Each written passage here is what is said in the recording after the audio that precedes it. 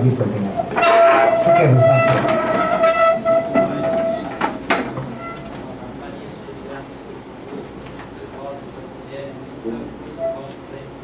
Santa Maria, Mãe de Deus, rogai por nós, pecadores, agora e na hora de nossa morte. Amém. Rogai por nós. Tem o tempo aqui, ó. Vamos passar. Vem depois. Me dá um. Então, eu tenho que falar sobre o movimento litúrgico. O movimento litúrgico, que deu origem à Missa Nova, ele tem início depois da Revolução Francesa, com o Dom Guéranger, abade de Solesmes. Dom Guéranger é que iniciou o movimento litúrgico e acabou dando origem à missa atual. Bem, então, a Revolução Francesa, ela foi de 1789 a 1789. Ela fez uma perseguição violenta à Igreja Católica e acabou dando origem a uma divisão da Igreja. A Revolução Francesa veio uma divisão entre Igreja refratária, que obedecia ao Papa, papal, obedecia ao Papa, e segundo, a Igreja constitucional revolucionária, os que tinham aceitado a Revolução Francesa. Quem não jurava, os jurores chamavam, quem não jurava aceitar a Revolução Francesa era guilhotinado. A Revolução Francesa, então, matou quase 1 milhão de católicos na França. Esse foi um massacre horroroso. Bem, os padres revolucionários, os jurões, eles modificaram a missa. Modificaram a missa porque eles queriam introduzir aspectos patrióticos. Então, no ofertório tinha cantos revolucionários, davam tiros de fuzil para o ar, uma bagunça. O padre falava, virando para o povo, nomes o obispo. Não tinha mais um obispo, todo mundo tinha saído, ou foram guilhotinados. Tinha pouca gente para ver. Esses padres se casaram imediatamente, etc. A França, ela foi, então, dividida pelos revolucionários com régua. Claro?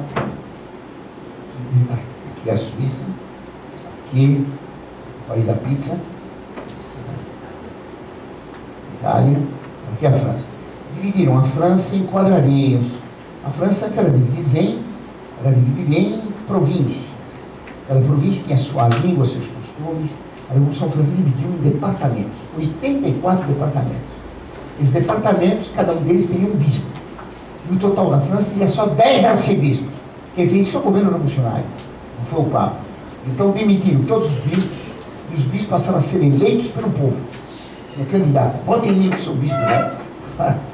Outro dizia, não vote em mim que eu sou do PT. E daí para fora. E eleição de bispo, eleição para vigário, uma bagunça. As dioceses antigas, então, sofreram uma mutilação. As dioceses tinham nascido naturalmente durante a história e tinham divisões territoriais muito variadas. Paris não era arcebispado, era bispado. O que aconteceu então? Com isso aqui se fez uma confusão diocesana muito grande. Já na França havia problemas por causa da heresia jansenista. Os jansenistas, vamos ver depois, tinham mudado bastante da missa e tinham feito uma missa muito parecida com a missa nova. Uma missa jansenista, na hora do ofertório, o povo levava arroz, feijão, farinha, açúcar, batata, queijo para o padre, vinho. Aqui na missa nova faziam isso, não sei se já viram isso aí. Fazem ainda uma palhaçada. Ah? Imagina, quer dizer, quem entendeu, se não entendeu nada da missa. Bem, então, tinham tirado as imagens, tinham tirado os santos, tinham colocado a missa, tinha que ser invernada, tudo que a missa nova tem na missa jansenista. Isso tudo produziu uma confusão litúrgica na França muito grande. Como disse o padre hoje de manhã, não havia 2 sacristias com a mesma missa. Na França, dentro de uma mesma diocese, tinha vários tipos de missa. Uma confusão grande. Certo? A Revolução Francesa, então, ela produziu violência contra a Igreja, ela fez uma divisão da Igreja, ela mudou a missa. Terminada a Revolução, terminado Napoleão, se foi um período de mais calma, as coisas foram voltando aos eixos, mas tinha esse problema enorme, tudo bem? Esse problema enorme deixado pela Revolução Francesa.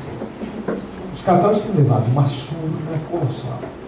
E quem apanha uma surra colossal, ou quem trabalha muito, espera pelo recreio, pelo descanso. Pergunta para qualquer um, qual é a melhor hora da escola? A do recreio. A do bom mesmo, é a da saída. Não pergunta para ler, senão não sabe fazer. Melhor hora quando a gente tem na escola, onde bater. Sabe pela sigla, né? Muito bem, eu preciso de um auxiliar aqui. Ale, vem cá, me apaga esse negócio. Não vamos pagar nada, paga lá geral, porque essa menina aí, Paulo de Mourado, é que vocês chegam aqui. Bem, então, o que dizendo para vocês? Todo mundo queria o recreio. Os mártires da França estavam cansados. Estavam descansados. E havia uma resistência ao foro organizado, não havia, professor? Contra a Revolução Francesa?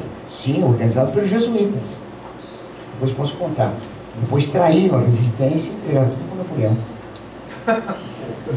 Os primeiros padres que pegaram fuzil para lutar contra a Revolução Francesa, traíram depois. Um deles está enterrado na Catedral de Orleans, o túmulo dele do lado. Esqueci o nome dele. Um dos primeiros padres que pegou fuzil para combater a Revolução Francesa. Depois se vendeu a Napoleão. Bem, então, o recreio veio com o romantismo.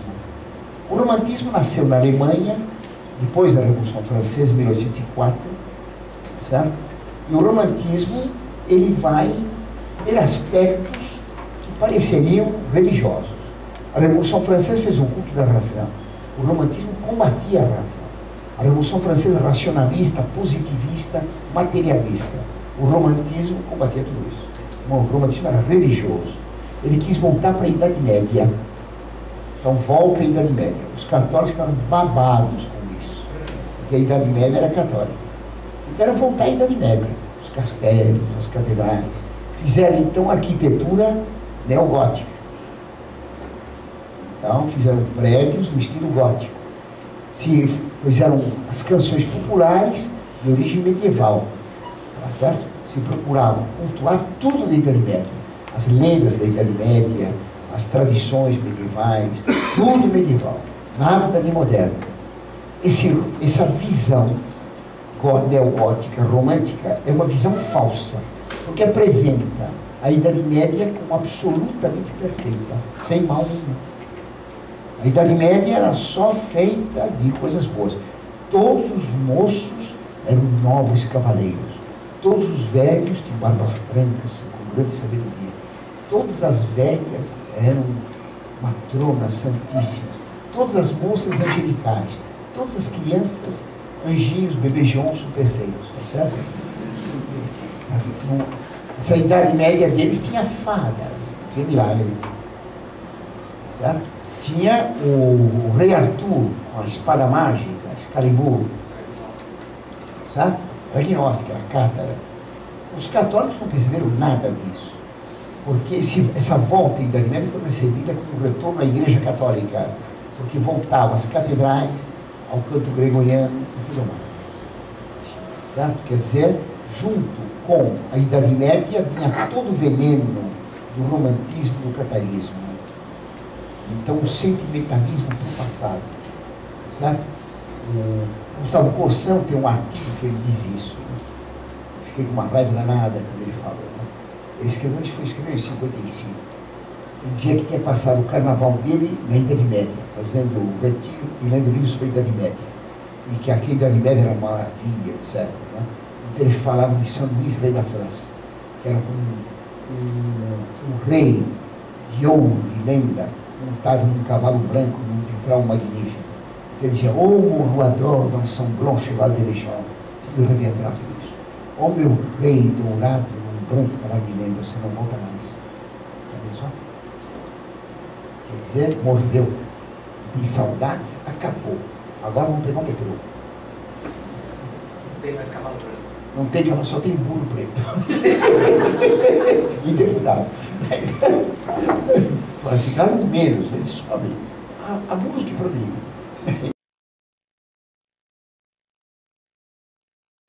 Até perto assim.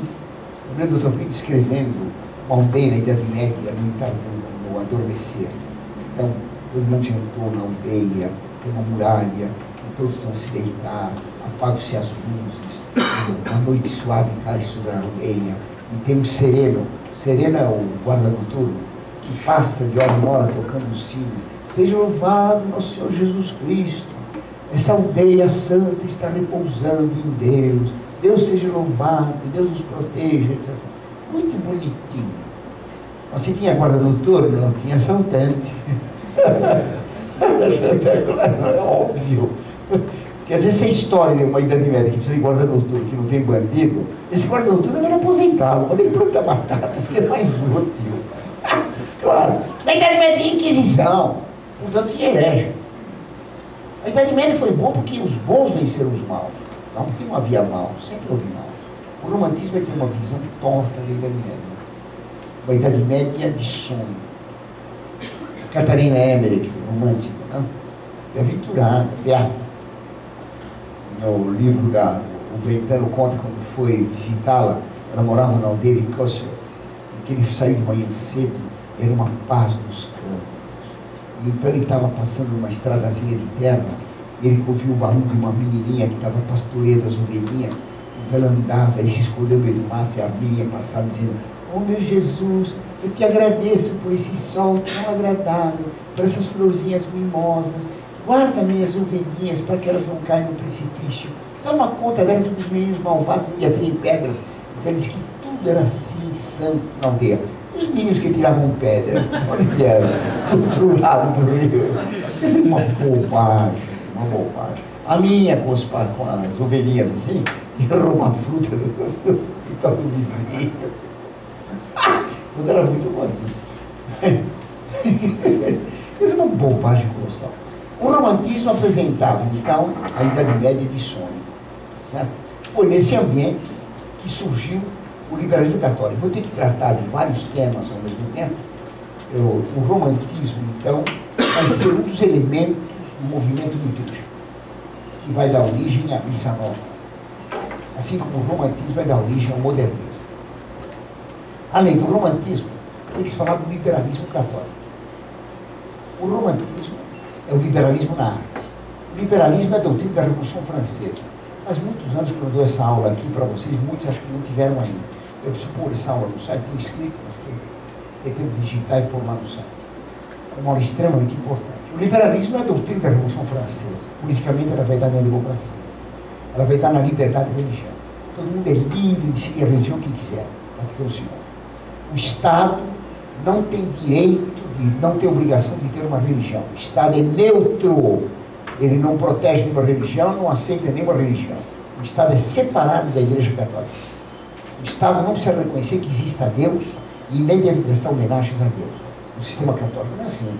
O Estado é criado por Deus Nosso Senhor e toda criatura deve prestar culto ao Criador.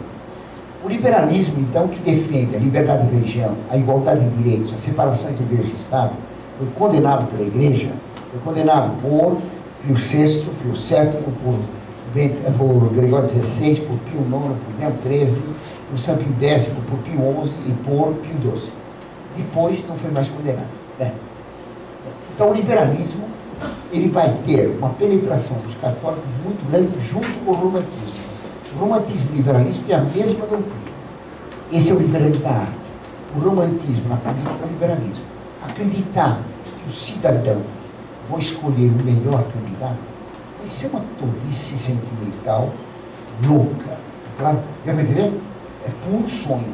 Bem, o liberalismo católico ele vai começar com uma adesão à Revolução Francesa.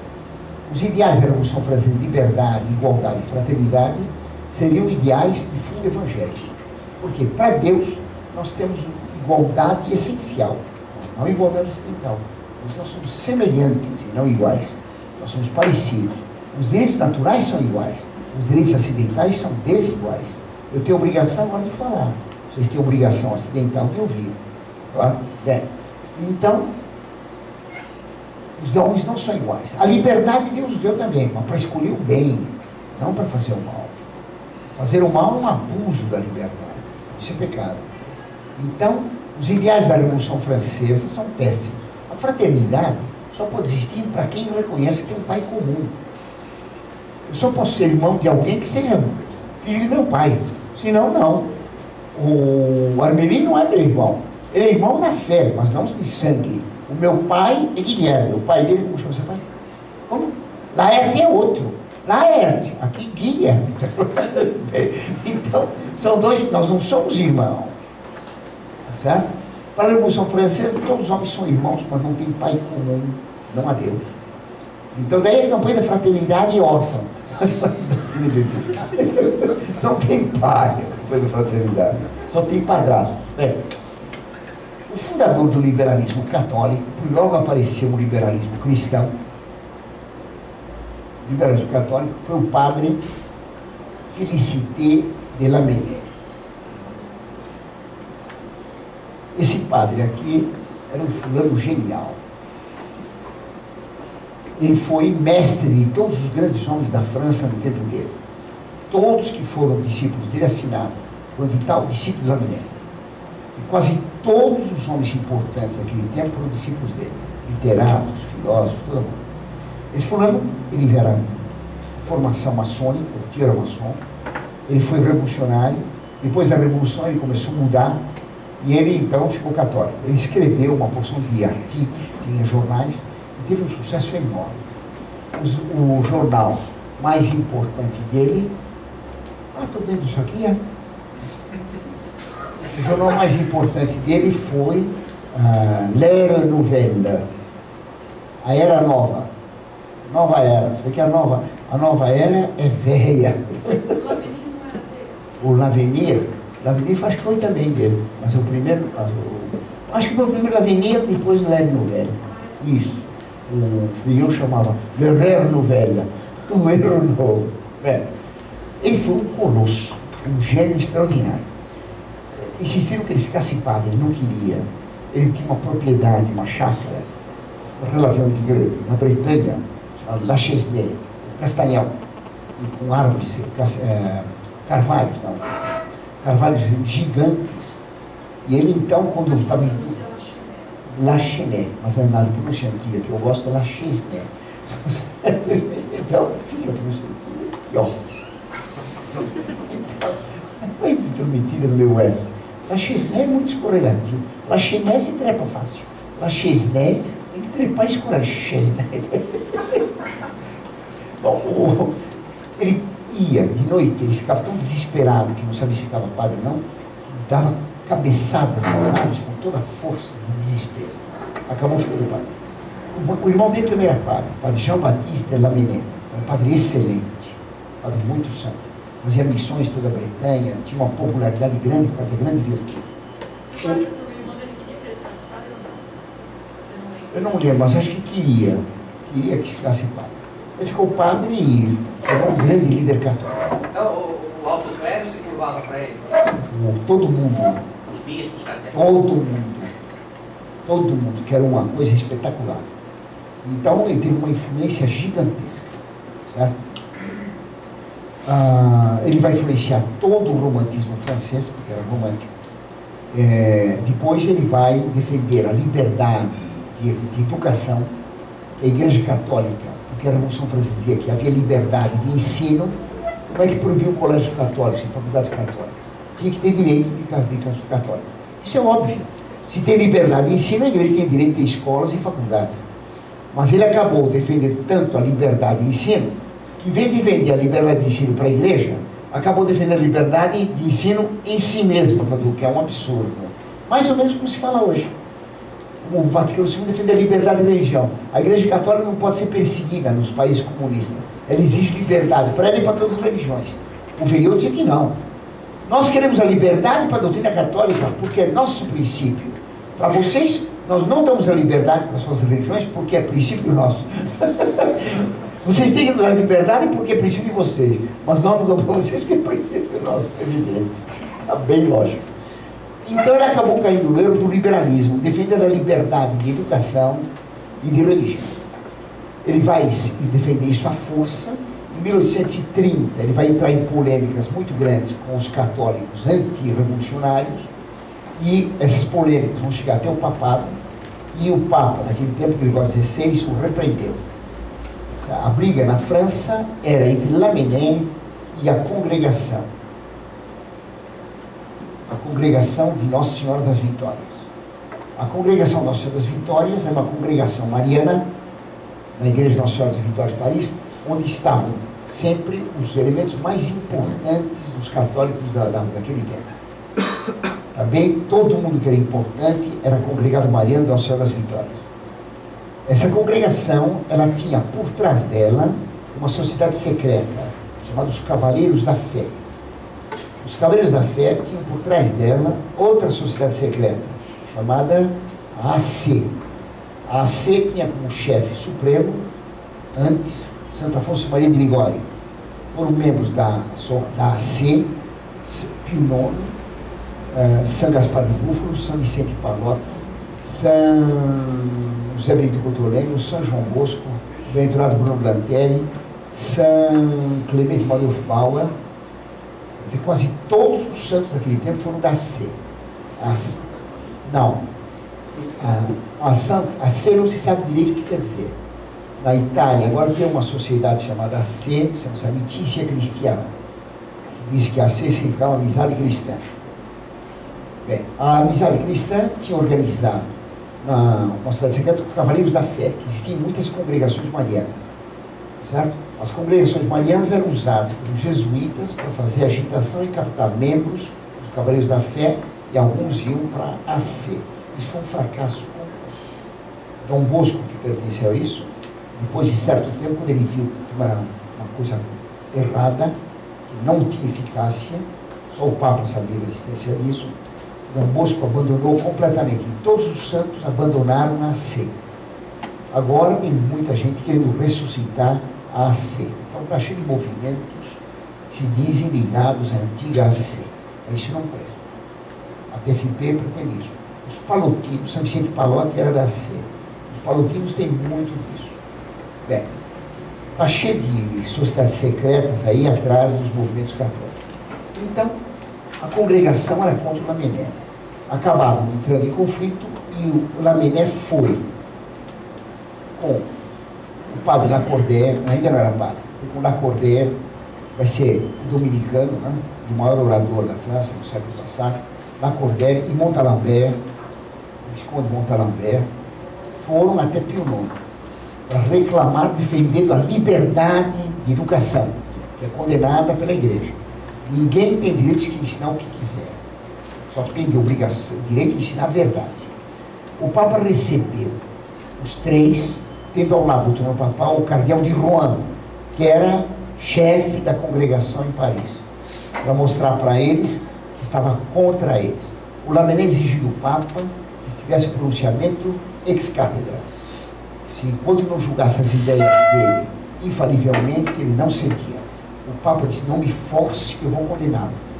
Eu quero que diga infalivelmente. O Papa, então, escreveu a encíclica Mirari Vos,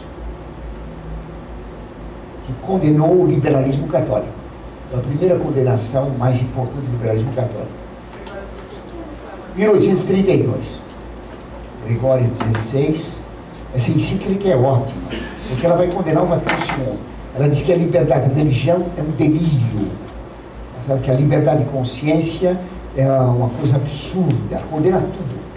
Então, uma coisa excelente. O Lamennais, quando foi condenado, ele abandonou a batina. Ele vai ficar democrata, depois vai ficar socialista, vai ficar amigo de Georges Sand, que é uma vagabunda tremenda, e vai ficar socialista, comunista, anarquista. Quando ele morreu, ele proibiu que usassem cruz no túmulo dele, proibiu que rezassem missa, e não quis ser enterrado em túmulo pessoal, ele ser jogado num túmulo coletivo, uma fossa comum. O irmão dele foi rezar a missa para ele e não conseguia subir o altar. Então, acabou ouvindo uma música que dizia: não reze por mim, eu estou no inferno. Eu tenho um desenho do Lamennais no Leite e Morte, uma coisa tremenda, uma coisa monstruosa. Então, o liberalismo católico... Você acha que ele achava que Deus ia fazer um milagre e ela Não, ele achava Não que... ia conseguir. Ele acreditava que ele estava certo, que o Papa ia aprová-lo. Era herege mesmo. Já torcido completamente a verdade. Bem, então, esse liberalismo católico vai prosseguir durante todo o século XIX. Certo? E um dos principais líderes, os principais líderes foram esses dois, que vão combater o Concílio Vaticano I e a infalibilidade papal. Bem, além do liberalismo católico, que eu falei rapidamente aqui, O Montalembert tinha começado do outro lado, lembra disso? não, Montalembert começou do lado liberal. Ele foi senador, par de França, não era senador, par de França, na Restauração, que a família dele era nobre, ele devia ter 20 e poucos anos. Era o par de França mais novo que existia, prestígio enorme. Bem, além do liberalismo, nós temos o tradicionalismo. O tradicionalismo francês, que existe até hoje, tá? Quase todos os movimentos tradicionalistas têm essa besteira, eles têm origem no pensamento de Joseph de Maistre, acho que está escrito aí, né? Joseph de Maistre era maçom martinista, ecumênico, todas as religiões são verdadeiras. Esse é o chefe dos católicos tradicionais no mundo inteiro. Ele admirava Maomé. Tá? As defesas que ele faz da liberdade de religião, do ecumenismo, são escandalosas. Ele ficou cotado como um grande católico porque ele escreveu um livro chamado De Papa, sobre o Papa.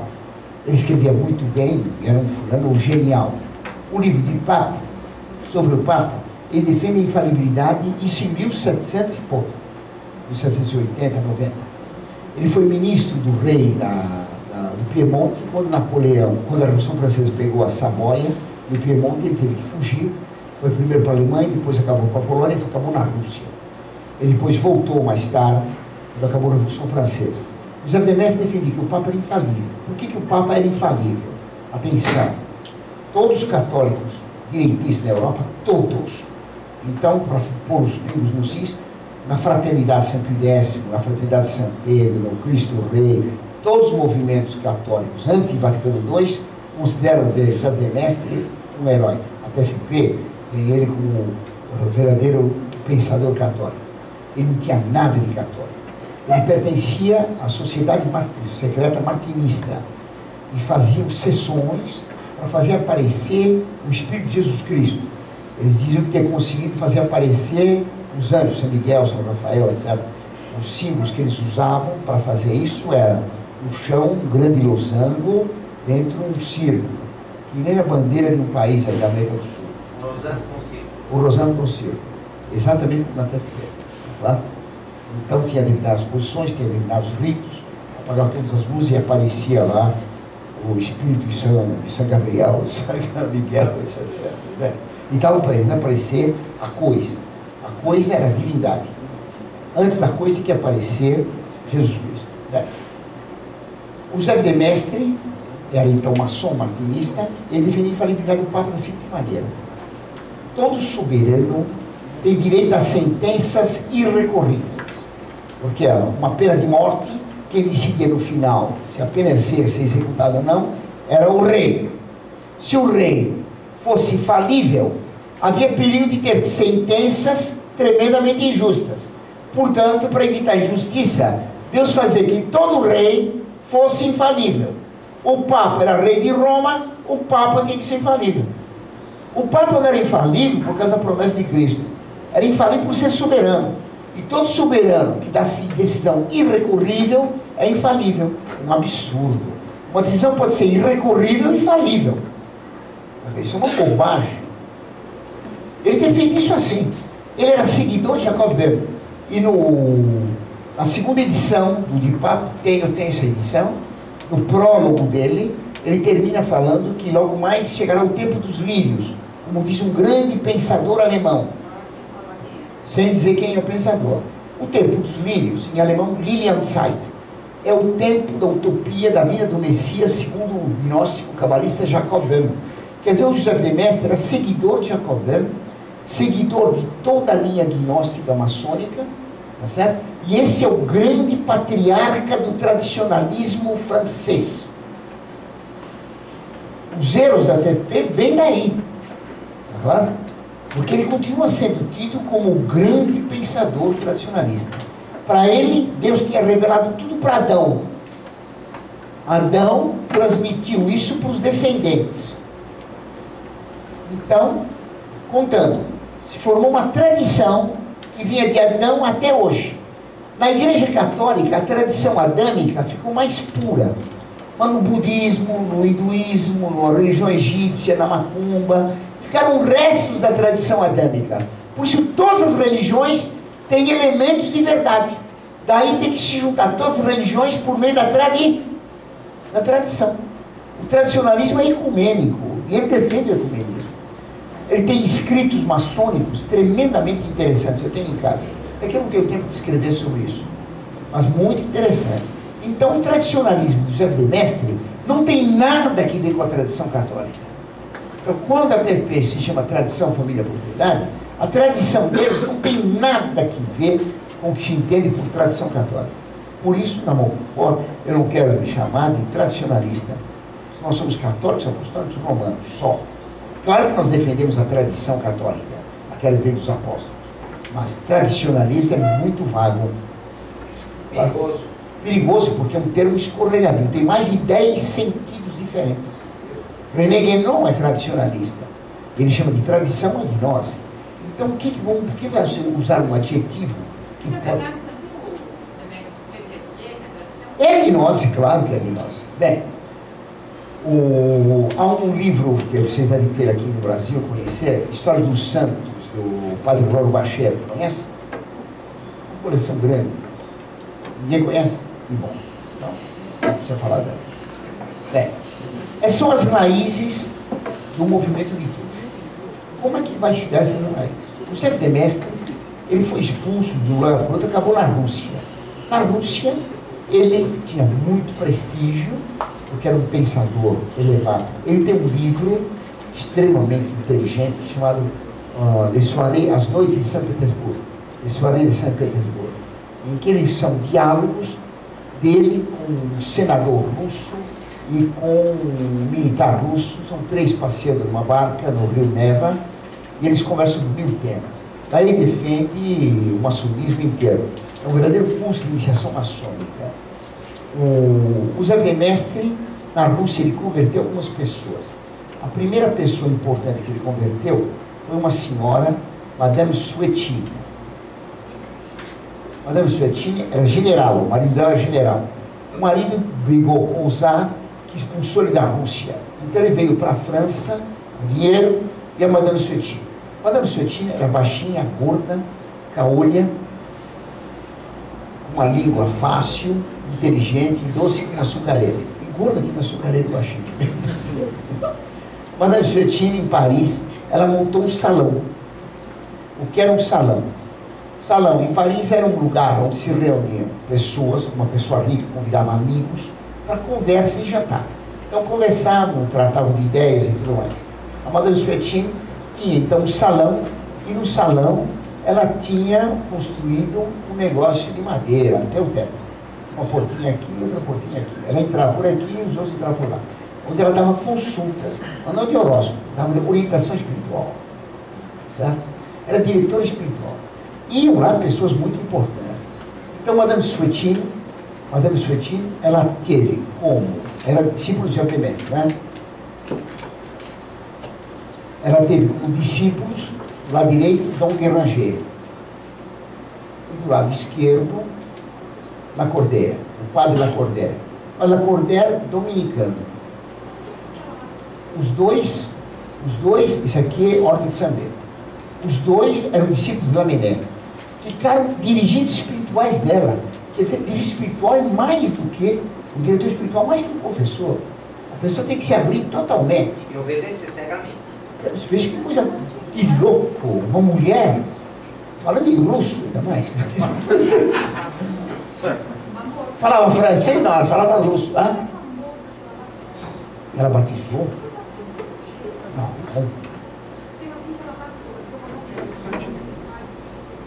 Não sei, dessa loucura eu não sou. Não sei. Seria um batismo, por favor. Eu não sei quem é, agora estou inocente e não fiz nada. Não fui testemunha do batismo, não me lembro, não participei, não tenho nada com isso. Então orientamos os dois. Esse aqui vai ser esquerda, liberal completo. Esse vai ser tradicionalista. Ela que vai encomendar o Dom Guéranger e reformar o mosteiro de Solesmes, na França. Estava bagunçado depois da Revolução. Ele vai restabelecer o mosteiro, vai restabelecer o canto gregoriano, e ele que vai restabelecer vai fundar um movimento litúrgico. Então o movimento litúrgico, ele vai nascer do tradicionalismo do Madame Suetina. De matiz gnóstico. Vai ter alguma coisa ruim. Então, por exemplo, não me lembro agora se foi Eliphas Levi ou Papyrus, um esotérico famoso, que ficou em Solesmes, foi monge em Solesmes, frequentava a biblioteca, e lá leu todos os livros de magia, de gnose, e ficou gnóstico no mosteiro de Solesmes. Depois saiu, ficou um dos piores inimigos da igreja, teósofo, feiticeiro. Eu não me lembro se é o Papyrus ou o outro, acho que é o de Papyrus, Eliphas Levi. Quer dizer, um absurdo. Claro? Quer dizer, o mosteiro tinha coisas boas, tinha coisas péssimas. Bem, a reforma litúrgica vai começar lá. Dom Guéranger, ele vai escrever livros importantes de liturgia, muito bons. Ele vai combater a bagunça litúrgica que tinha na França. Cada sacristia, uma missa. Cara, um padre jansenista com um jeito, um padre liberal de outro, uma confusão. Missa em francês, missa em latim, missa meio em francês, meio em latim. Tínhamos jansenistas que tinham que a missa em francês. Quer dizer, uma bagunça completa. Ele vai defender, então, o rito romano, que tinha que estabelecer o rito romano em toda parte. Isso era bom? Excelente. Excelente. Os livros dele são muito bons sobre liturgia. Ele tem coisas excelentes. Ele vai cometer um erro colossal. Dizendo que era preciso unificar a liturgia na França, ele vai querer restabelecer o rito romano como era na Idade Média. Porque a Idade Média era o modelo das épocas católicas. Então tinha que ser a missa como era na Idade Média, o rito romano medieval. E portanto ele queria voltar à Idade Média, que estava na moda, por causa do romantismo. E pegou tremendamente. A Madame Suetina, gnóstica, tradicionalista, é claro que era a favor do romantismo. Todo o tradicionalismo do José de Maistre conduziu ao romantismo. Então essa volta à Idade Média, puramente sentimental, fez esquecer um problema sério. Porque esse retorno era um retorno que ia muito longe demais. O retorno à Idade Média era uma loucura. Porque o que significava a volta à Idade Média? Estava-se em 1830, vamos dizer, não me lembro mais a data, mais ou menos por aqui. Mais ou menos 1830. A Idade Média foi de 476 a 1453. Até o ano 1830, aqui está a Revolução Francesa. Voltar à Idade Média, passava por cima de Trento, que foi em 1546, 56 mais ou menos. Quer dizer, saltava Trento e voltava para cá. Parecia muito católico. Só que passava por cima da missa de São Pio V. A missa como foi elaborada para combater os erros do protestantismo. Claro não? São Pio V fizeram a reforma da missa, codificaram a missa, que estava uma confusão também, mas especificando bem claramente os princípios da missa, para que não entrassem as ideias protestantes de ceia, de igualdade, padre leigo e tudo mais. Passando por cima de Trento e voltando à Idade Média, se eliminavam as defesas antiprotestantes da liturgia. Está claro ou não? Então o movimento litúrgico iniciado por Dom Guéranger, ele teve um pecado original, uma falha original. Não sei se Dom Guéranger fez de propósito. Dom Guéranger gostava da Ana Catarina Emmerich, gostava de todas as coisas românticas. Não sei se foi de propósito ou não, mas ele cometeu esse erro. Então, quis voltar passando por cima de Trento. Um salto de quanto? 1000 anos, professor? 1000 anos. Depois não falou, voltar à Idade Média para quando? Para o fim da Idade Média, século XV. No século XIII, apogeu da Idade Média, no tempo de Carlos Magno, ano 800, no tempo dos padres da igreja, ano 500, ou voltar para o tempo das catacumbas. O que era voltar à Idade Média? Não estava especificado. Então os discípulos de Dom Guéranger vão querer voltar cada vez mais. Começou-se então uma mania de volta ao primitivo. A religião verdadeira, a liturgia verdadeira, a liturgia primitiva, como se o Espírito Santo não guiasse a igreja através da história. Todo o erro modernista é voltado para o passado, sempre. A arte moderna quer copiar a arte dos trogloditas, certo? Tudo que é para frente volta para o extremo passado.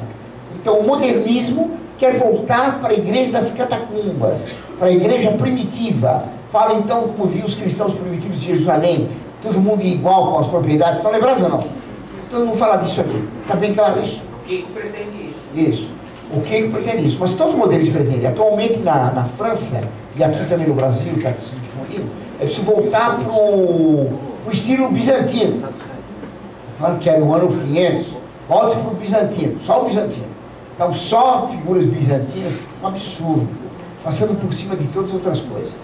Então, o movimento do Dom Guéranger foi um movimento que teve duas falhas. Primeira, saltou o trem.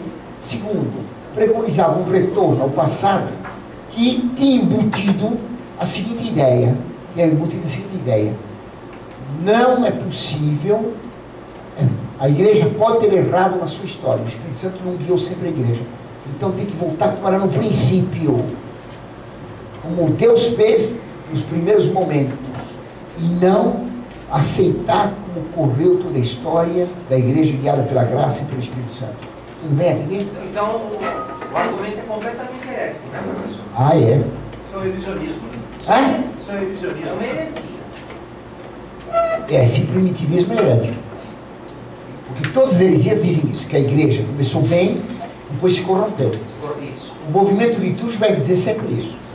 Então, o movimento litúrgico vai dizer que a primeira liturgia, como Cristo fez, era boa. Mas, quando foi feita a libertação da igreja com Constantino, que a igreja deixou de se rezar missa nas catacumbas, em igrejas pequenas e pobres, quando Constantino deu palácios, deu terras, deu riqueza para a igreja, as cerimônias passaram a ser cerimônias suntuosas, e se adotou a etiqueta da corte, e o bispo se transformou então em nobre governante. Daí os títulos, o trono, a igreja ficou cheia de faustos, cheia de riquezas, cheia de pompas e de cerimônias. A missa passou a ser um teatro, como em homenagem ao imperador. Toda a etiqueta imperial foi transferida para o culto católico. Então a igreja se corrompeu. Como o imperador romano apoiava a igreja, as massas entraram na igreja sem se terem convertido realmente. E a igreja então entrou em corrupção. É que diz os protestantes. A igreja passou a ser constantiniana. Acho que agora vocês não compreendem o termo, né? No tempo do concílio, o que se falava continuamente é que era preciso acabar com a igreja constantiniana, a igreja triunfalista, que se apoiava no Estado, em cerimônias, em fausto, em riquezas, em etiquetas de corte. Precisa acabar tudo que representasse respeito, majestade e grandeza. O triunfalismo estava condenado. Precisa ser uma igreja pobre. Daí, o Dom Helder fazia o padre das catacumbas e usar aquele anel.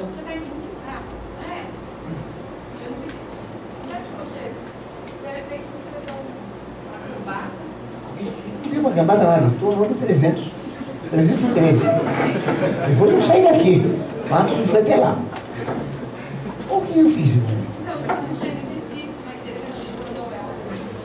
Eu estou só citando que a ideia protestante de que a igreja se corrompeu com a doação de Constantino, ela é repetida por todas as heresias. E no Vaticano II se repetiu isso, que a igreja, desde Constantino, entrou em decadência. Não pulei nada, eu estou repetindo que o erro dos movimentos litúrgicos, dizendo que era preciso voltar para a Idade Média e para a igreja primitiva, que foi corrompida a liturgia com a vida de Constantino, foi repetido no Vaticano II. Só isso. O senhor ia falar o que de Dom Helder, o anel, professor? Dom Helder fez parte das contas. Como se usava aquele anel de caroço de jataí, né? Como chama? Chama? Tocum? Muito bem. Então, parte das catacombas. Imagina, depois eu conto a quantos por cento. Bem, então queria se voltar à igreja primitiva, voltar ao passado. O movimento litúrgico, assim, no século XIX, foi um movimento saudosista, primitivista, negador da sequência de proteção do Espírito Santo. Esse movimento vai ter um grande desenvolvimento no modernismo. No tempo de Pio IX, que governou quase todo o século XIX, Pio IX governou de 1546 até 1846 até 1878, Pio IX foi extremamente duro. Foi com Leão XIII que o modernismo cresceu. Leão XIII vai governar de 1878 até 1903. Então, ele vai reinar 25 anos. Ele vai ser, então, o Papa, vai de 1878 até 1903. Vai ser o Papa, no reinado do qual os modernistas vão se desenvolver. São Pio X vai ser, logo depois dele, São Pio X vai ficar de 1903 a 1914. Ele vai condenar o modernismo em 1907. O modernismo era gnóstico, como foi mostrado pela Edmônia hoje de manhã. O modernismo gnóstico. É claro que o modernismo, sempre um sistema gnóstico, ele vai ter que ter uma liturgia gnóstica.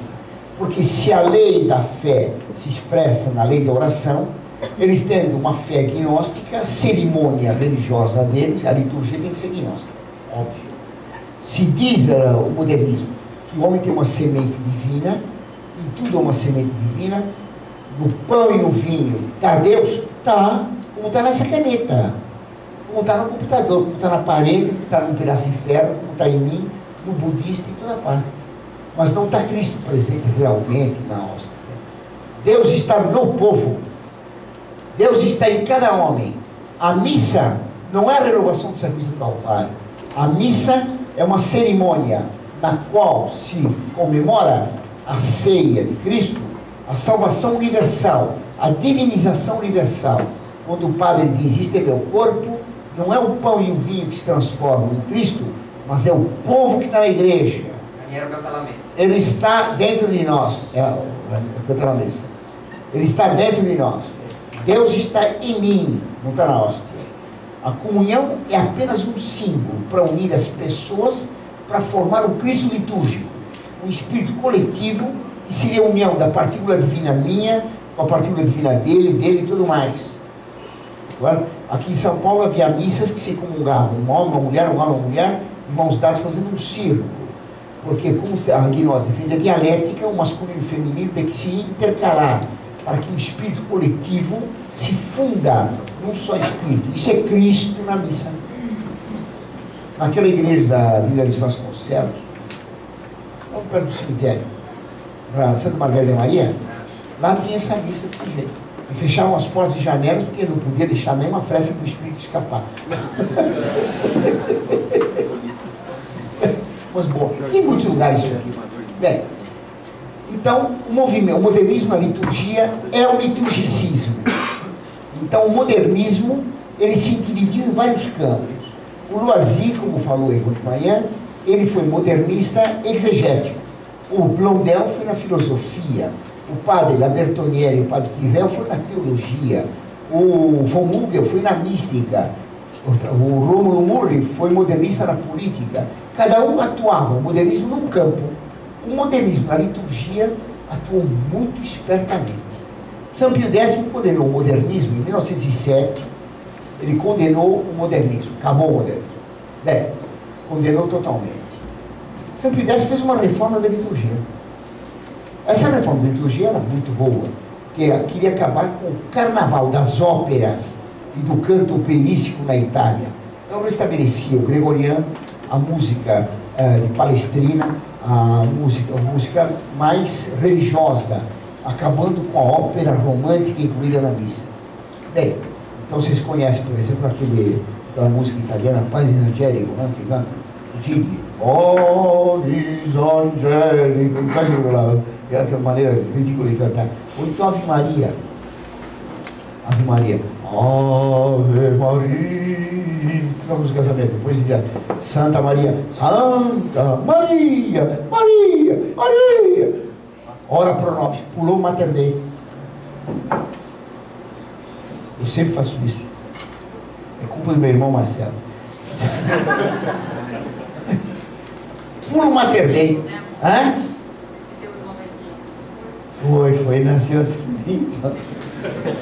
O espírito me influenciou muito. Você viu como a irmã influenciou? Nasceu 10 anos depois, me influenciou antes. Então, eu estou falando mal de quem? Do Marcelo? Não. Da música italiana. Estou falando do modernismo. Se eu pudesse, fez a reforma litúrgica.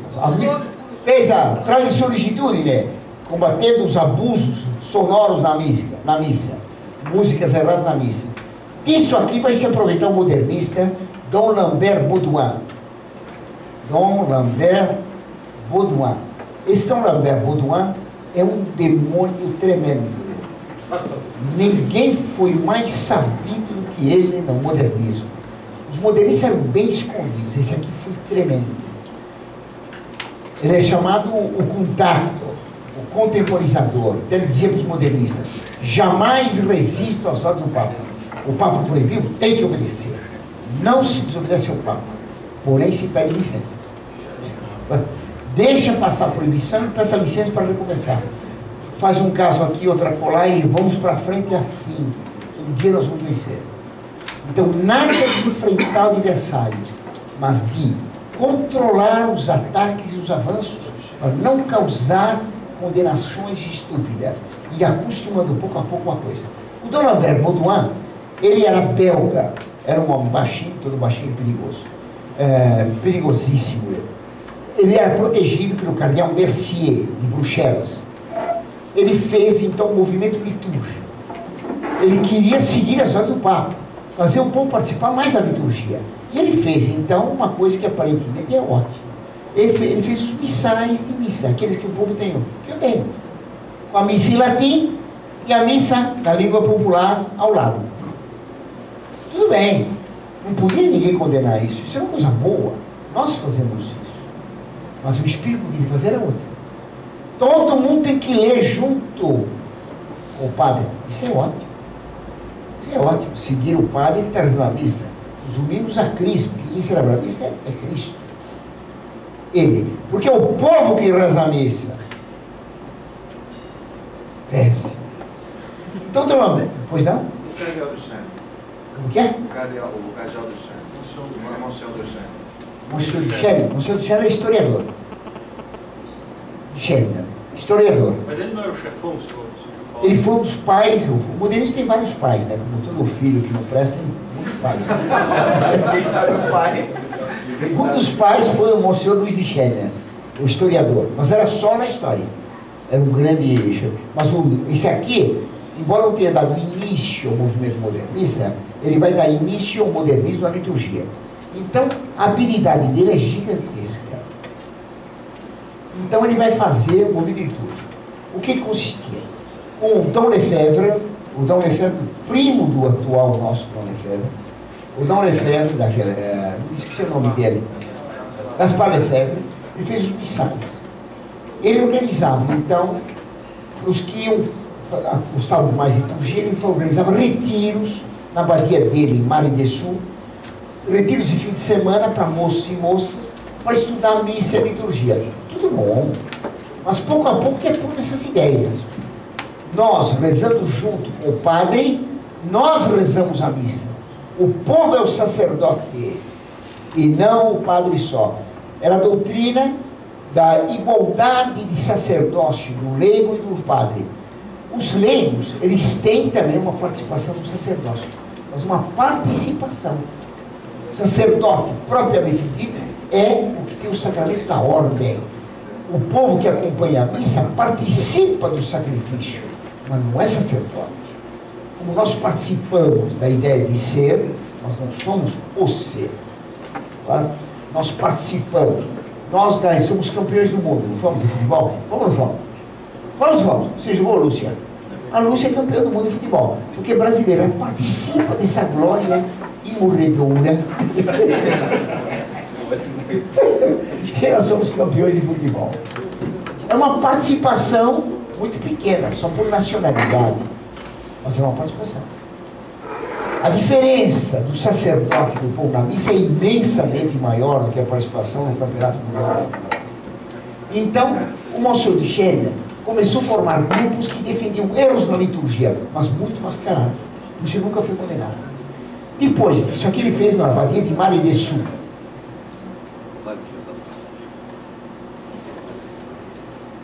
Depois ele fundou uma outra abadia, a abadia de Amé.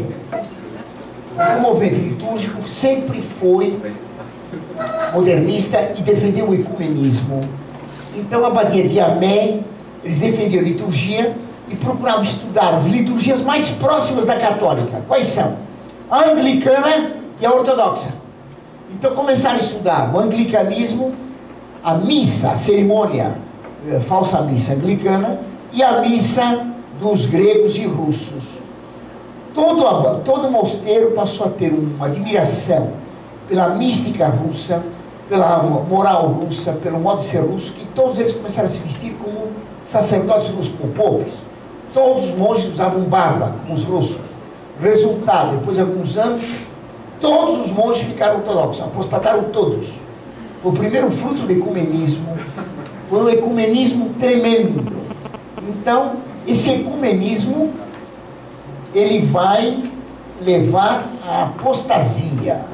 O convento inteiro apostatou, menos o Baudouin, que o Baudouin tem que ficar para destruir. O padre Baudouin, ele também fez uma outra coisa. Ele cativou um fulano péssimo, Monsenhor d'Herbigny. O padre d'Herbigny é um padre misterioso, vai ter uma carreira fulgurante.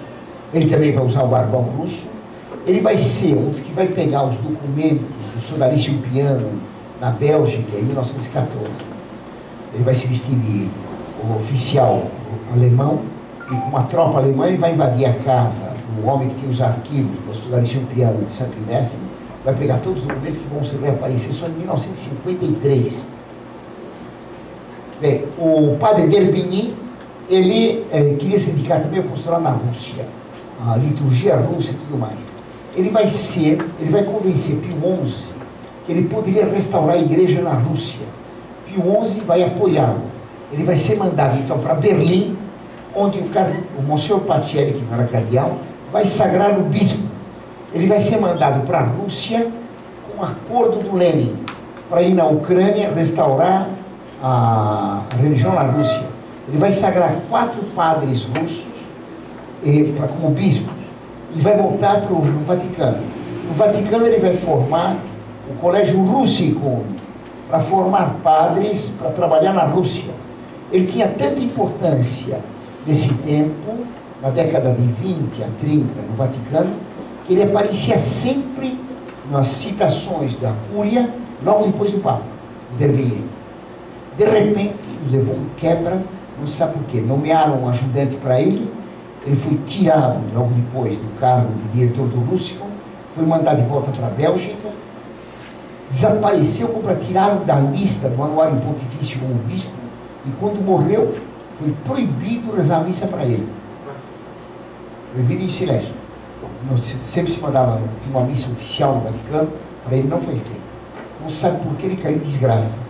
Foi por causa dessa apostasia do convento de Amé, e por causa do fracasso do Monsenhor d'Herbigny, que então, em 1929, o Papa Pio XI escreveu a encíclica Mortalium Animos, porque o Monsenhor d'Herbigny e o Lambert Baudouin defendiam o ecumenismo total. A Mortalium Animus tem no site Monfort. É uma encíclica que condena totalmente o ecumenismo. Vale a pena ler, é uma coisa totalmente contra o Vaticano II. Então, Pio XI, de repente, deu uma guinada tremenda.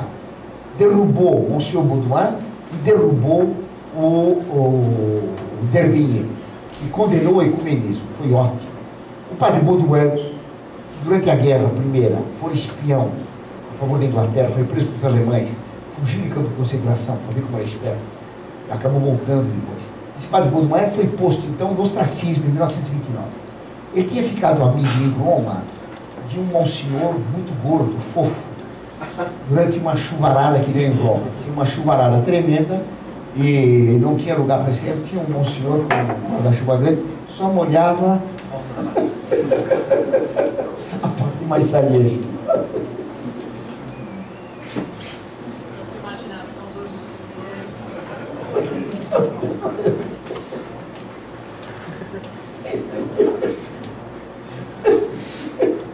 Então, o senhor brigou os dois. Conversaram, diz eles, alguns minutos lá, ficaram tremendamente amigos. Era Monsenhor Roncalli, futuro João XXIII, com o Dom Lamberto Baudouin, amicíssimo. Dom Lamberto e o Monsenhor Roncalli. Claro, o Monsenhor Roncalli estava no ostracismo, tinha sido processado por Santo X modernista, indo parar na Bulgária, música apostólica em carroça. Estava de carroça por lá, dormia no chão ali. E depois na Romênia, onde ele fez besteiras de monte, depois em Constantinopla, Istambul, durante a Segunda Guerra. Ficaram amigos. O Monsenhor de Baudouin continuou defendendo sempre as ideias liturgicistas. As ideias liturgicistas tiveram um enorme desenvolvimento. O liturgicismo, depois de Monsenhor Baudouin, ele se desenvolveu muito na Alemanha. Na Alemanha, as ideias modernistas nascidas na Bélgica, elas vão, então, o liturgicismo na Alemanha, elas vão se desenvolver entre guerras, entre 1918 e 1939. Entre 18 e 39, vai ter na Alemanha, nas abadias beneditinas, uma penetração enorme das ideias modernistas na missa. Então, o abade de Maria Laach, Dom Erweger, de Maria Laach. Maria Laach é um grande mosteiro do sul da Alemanha, na Baviera. Lá deve ser lá. O Dom Erweger dizia o seguinte, que a missa, quem reza a missa é o povo e não o padre. É uma ideia fundamental do liturgismo atual. É o povo que reza a missa. Por isso a missa tem que ser na língua do povo, porque o povo, para você rezar a missa, precisa saber o que está falando.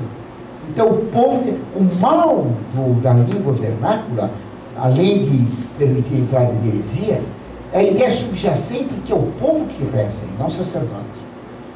É preciso ser na língua do povo, porque o povo é o sacerdote. Então, Erweger defendia isso, o povo e o sacerdote.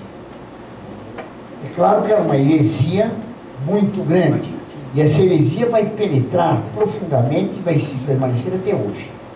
Além dele, vai ficar famoso no mesmo mosteiro um outro monge, Dom Odokazel. Dom Odokazel, os dois de Maria Laach. Dom Odokazel, ele ficou especialista nas religiões de mistérios. Nesse tempo, em 1920, haviam sido desenvolvidos estudos históricos estudando as religiões secretas da Grécia e de Roma. Na Grécia e em Roma, como em todos os lugares, havia uma religião pública, que era o politeísmo, e havia uma religião secreta, que era a religião dos mistérios. Os mistérios eram sociedades secretas que faziam iniciações misteriosas. O fulano tinha que fazer sacrifícios imensos até receber uma iluminação. Todo o ritual das religiões de mistérios se repete na maçonaria atual. O Dom Odokazel dizia que o cristianismo não passava de uma religião de mistério. Então, a missa era, por meio de símbolos, uma espécie de iniciação do homem em certas cerimônias que o divinizavam. Não só o povo era sacerdote, mas o povo era divinizado na missa. Quem compreendesse o mistério da missa era divinizado. O mistério da missa, certo? Era o chamado, então, vai ficar depois com o nome Mistério da Salvação, e que fala o Vaticano II e que falam todos os padres hoje. Na missa não se dá a morte mística de Cristo. Na missa se dá a ressurreição de Cristo como catalisador da ressurreição e da divinização universal. O povo é divinizado na missa. Na missa há uma cerimônia de alegria, porque Cristo já morreu, nós estamos todos salvos. O mistério da salvação, ele afirma que A salvação é universal. Mistério pascal. Mistério pascal. Hoje se chama mistério pascal. A salvação universal. Todos os homens são salvos. Não tem necessidade de praticar virtude, nem lei, nem de ser católico. Todo mundo está salvo. Por ser homem, se está salvo. Quando uma criança é concebida sob o coração da mãe, ela já está salva. A frase de João Paulo II. Todo mundo está salvo. Nasceu, foi concebido, já está salvo. Então ninguém vai para o inferno. Absolutamente. É impossível ir para o inferno. O mistério do homem, que o Vaticano II diz, João Paulo II diz, que Cristo veio revelar ao homem o mistério do homem. A Igreja Católica sempre ensinou que Cristo veio revelar o mistério da Santíssima Trindade. Agora não.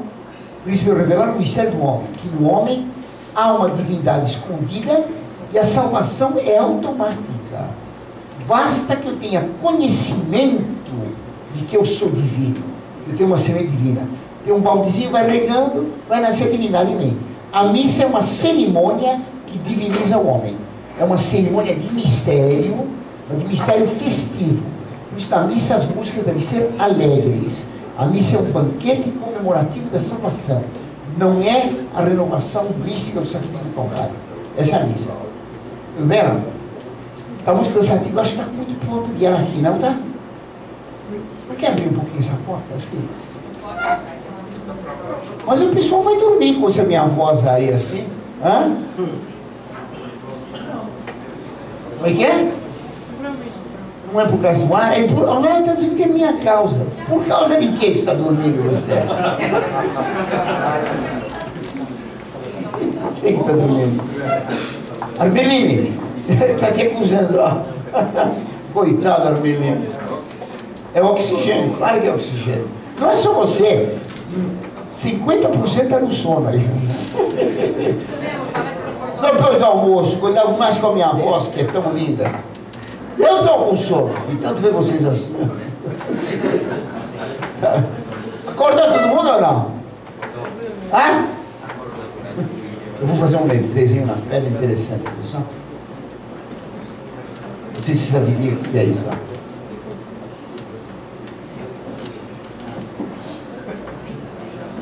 Despertador de aluno.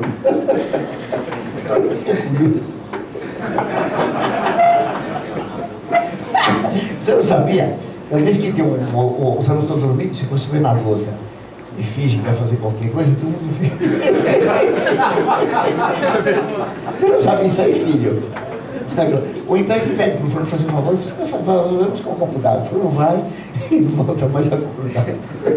Porque tem um alívio da voz do professor. Tudo bem? Não tem nada, vou ter que contar uma piada para terminar de acordar. Hã?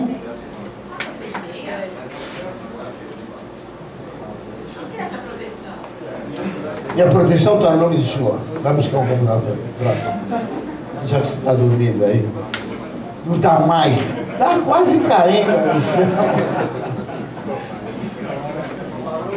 Você é como se foi tomar. Olha aqui, um homem que é penitente público. Eu estava dormindo, fui tomar café para acordar. E não me trouxe um café para mim. Tomei um café amargo, eu. Frio. Alguém tem alguma piada para contar? Não? Alguma notícia? Você viu alguma notícia na internet? Diga. Já sai, está aí com ele a mais. Mas é verdade? É verdade? Olha lá, olha aqui. Acorda, pessoal. Olha o Data Show. Foi hoje. Passa lá. Ótimo. Nada como... Olha como o pessoal acordou. Cadê a Érica? Comprou o travesseiro? Passa lá, mãe. Até mordi a boca. Mas como é que é? Passa ou não passa? Eu tô calmo. Não precisa comprar isso aí, filho. É de graça? Vou palestrante? Que maravilha.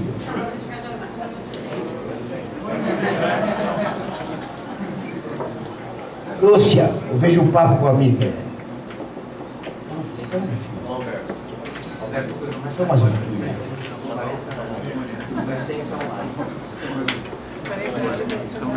Tá posto aí, não? Como é que é? A coisa mais absurda que tem computador nunca funciona. O pessoal vem lá, calma, aí começa a complicar. Não, agora vai. Leva umas 3 horas, aí apaga. Estou dizendo que apagou, né?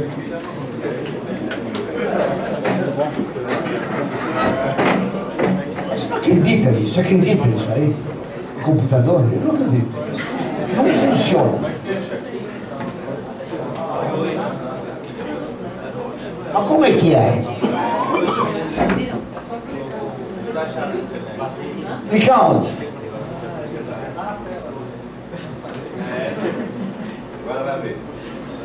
Duvido.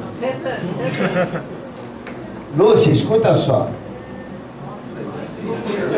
Procurando, daqui que acha. Quem procura acha. Eu nunca achei nenhuma nota de 10.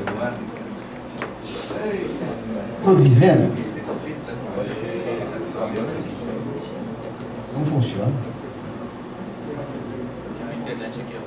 Joga na vez no computador. Poxa, mas tem um ponto de rede ali, ó. Tem um. Não, mas está ali, ó. muito lento. Você está parecendo a champanhe do meu Não é pai. lento, ele é liberado o canal para. Meu pai uma vez comprou champanhe. Tive uma expectativa de tirar a roda aqui. Agora vai, aquela expectativa explodiu. Quando chegou no vizinho, olha isso. Assim é esse negócio. Demora, imagina. Vai sair o índice.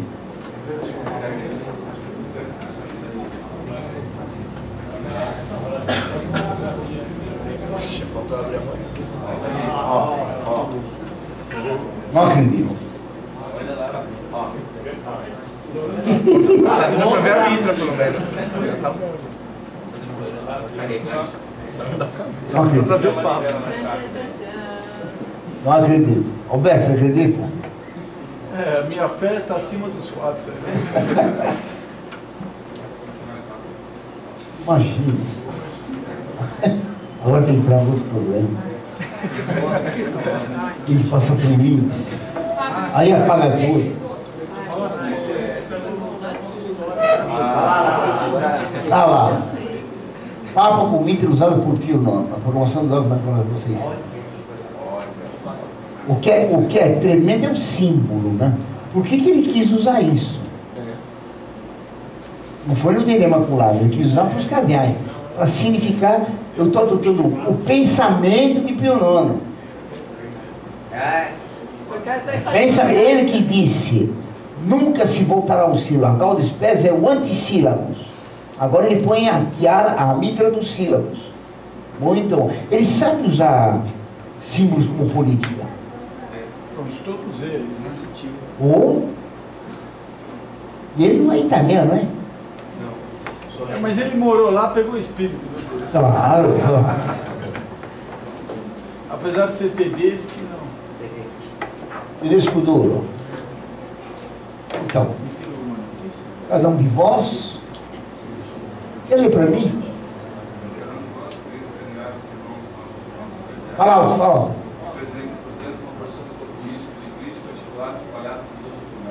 Eu sei bem quanto desgaste e sacrifício cuidar das almas demanda hoje, mas eu conheço a generosidade que sustenta a sua atividade apostólica.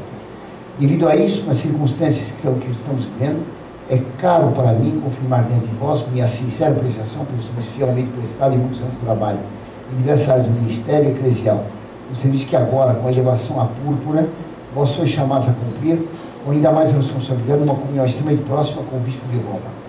Aqui ele falou de novo, disse o Vilela, sobre o significado da púrpura, que é dar o sangue para a igreja, que todo cardeal promete morrer pela igreja católica. Imaginem. Acho que é o juramento menos cumprido do mundo. É o mais curto. Vermelho é do sangue da igreja, que eu prometi. Bom, voltemos lá para a liturgia. Não precisa tanto tempo. Então, na Alemanha, esse movimento teve um prestígio enorme, né?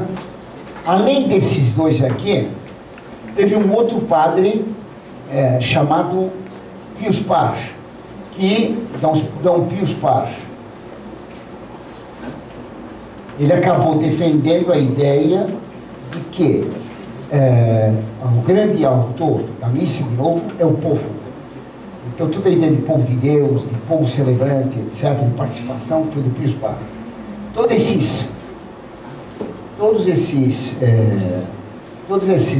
Essa ação se espalhou pelo mundo.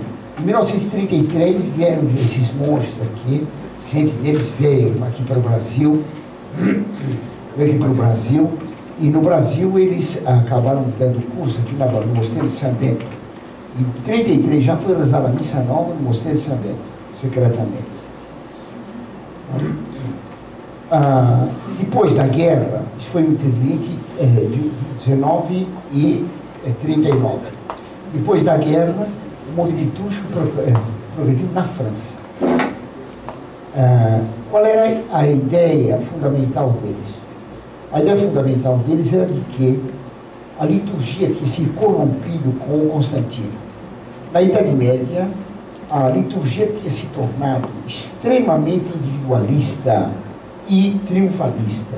As cerimônias da missa eram imitação de cerimônias de corte. A piedade ficou puramente pessoal. Na missa, a pessoa rezava para obter graça para a salvação da alma dela. Todo mundo só pensa na salvação individual. Não se tinha noção de salvação universal e coletiva. Essa subjetivação da missa vinha junto, então, com todo um aparato de corte, de cerimônias suntuosas, de etiqueta, de rubricas na missa que foram se multiplicando e formando, então, uma liturgia puramente de corte. A cerimônia da missa passou a ser essas missas solenes cantadas, quase que uma cerimônia de soberano. Então, o bispo, o papa, o trono, e assim mais. Os liturgistas criticavam violentamente isso, dizendo que a missa tem que ser simples. Então, contra todo o luxo e a riqueza da missa, vaso sagrado simples, nada de enfeites, nada de cerimônias complicadas, tudo extremamente simples, como se faz na missa nova hoje. Esse combate à missa, como foi na Idade Média, se acentuou depois no tempo do Barroco. O Barroco, diziam eles, fez da missa um teatro. Assim como todas as músicas barrocas são, Handel, por exemplo, são espalhafatosas, são festivas, mostrando uma alegria enorme, assim toda a liturgia se tornou uma liturgia festiva, mas uma liturgia triunfalista. A igreja passou a ser igreja de triunfo, não a igreja pobre de Cristo. Tudo isso aqui tinha que se acabar. Os jansenistas tinham reformado a liturgia. Toda a liturgia jansenista é muito semelhante à liturgia atual. No século XVIII, foi feito um sínodo do jansenista na cidade de Pistoia, na Itália, no tempo de Pio VI. Esse sínodo foi todo ele excomungado.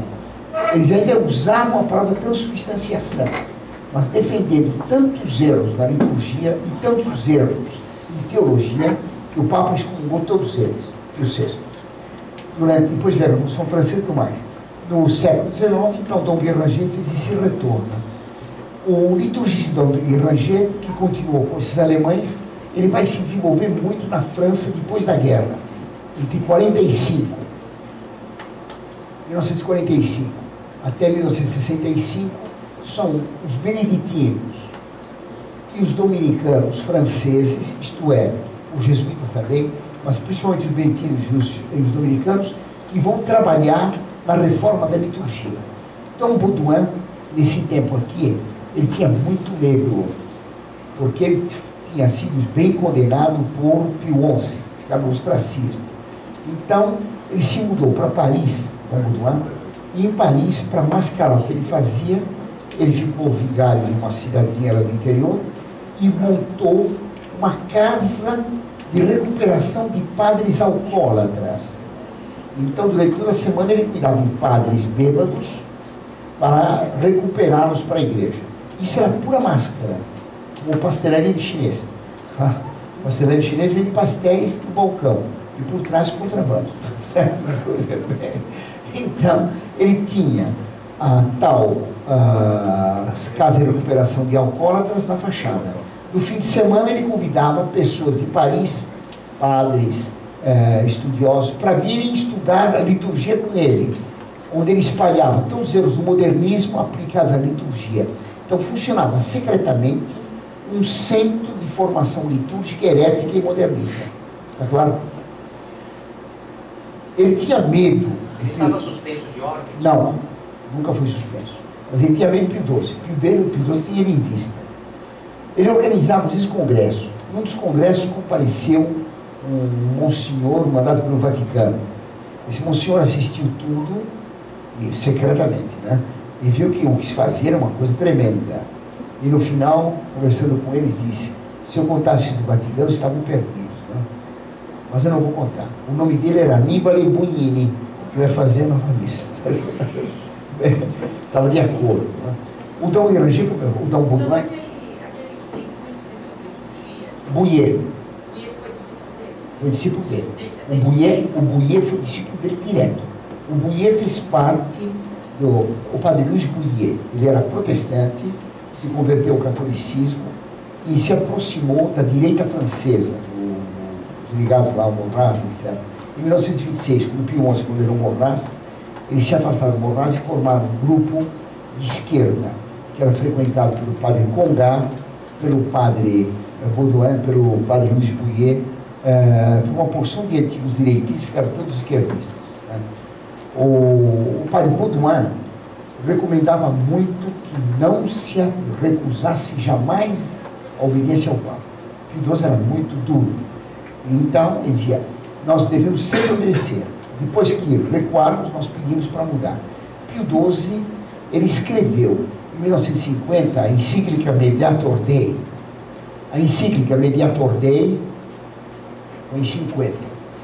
A encíclica Mediator Dei condena todos os erros do liturgicismo. Então, que o povo é que é sacerdote, que a missa tem que ser feita numa mesa, que a missa tem que ser virada para o povo. Tudo isso foi condenado por Pio XII. Rezar a missa em vernáculo, tudo condenado.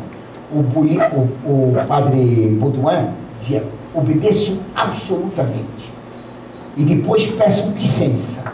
Pio XII, ele nomeou o Monsenhor Annibale Bugnini para a comissão de reforma da missa. Quem nomeou foi Pio XII, contrário ao liturgicismo. O Pio XII jamais tomou medidas sérias contra o liturgicismo. Ele condenou tudo em teoria. Na prática, ele permitia tudo. Conseguiram dele, por causa da guerra, mudar o jejum eucarístico. Antes o jejum era da meia-noite até a hora da comunhão. Por causa da guerra, na Europa, era compreensível que se mudasse. Mas acabou mudando para todo mundo. Reduziu para 3 horas de jejum. Depois foi reduzido para 1 hora, depois para 15 minutos. Atualmente, eles fazem jejum nenhum. Pio XII proibia a missa em vernáculo. Mas quando os alemães pediram para rezar uma missa em alemão, uma missa pode. Depois ele fez a missa vespertina. Quando ele fez a missa vespertina, ele tinha um grande escrúpulo por isso, Pio XII.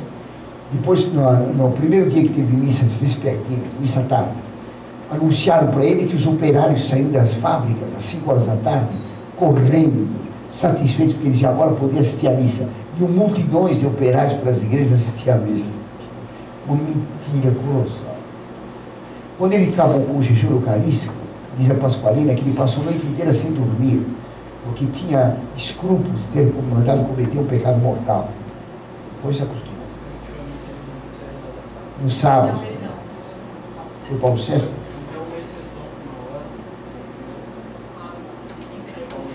Era sempre assim, ele só dava uma exceção.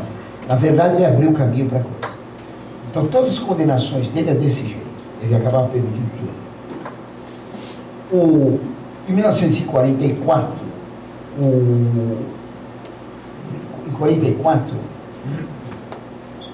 o Roncalli, o senhor Roncalli, futuro João XXIII, ele ficou núncio em Paris. Quando ele ficou núncio, o Monsieur Lambert Baudouin, que mantinha aquela casa para a recuperação de alcoólatras, foi visitar o Roncalli, a nunciatura. Mas dizia ele que tinha medo, não sabia se depois de 20 ou 30 anos que ele passou como núncio na Bulgária, na România, 20, 30 anos, e na Turquia, se o Roncalli tinha mudado de ideias. Então, diz o Baudouin que entrou na nunciatura preocupado. Quando ele entrou, ele foi anunciado lá pelo núncio apostólico, e ele escutou de lá de dentro uma voz que gritava: Lamberto, avanti, avanti Lamberto! Lambert Baudouin, chamando ele de Lamberto em italiano. Então ele foi lá, e o João XXIII, que era o gorducho, veio encontrar. Eu dava 10 para as 2, né? Então, foi empurrando o Lambert Baudouin com o corpo, dando um abraço nele, e foi recuando. O Lambert Baudouin ia recuando até que caiu sentado numa cadeira. Quando ele caiu sentado na cadeira, ele foi olhar e percebeu que era o trono papal. Toda embaixada tem o trono do Papa, que a embaixada é território papal, a nunciatura. A embaixada sempre de um país é território daquele país. Você não se pode invadir, certo?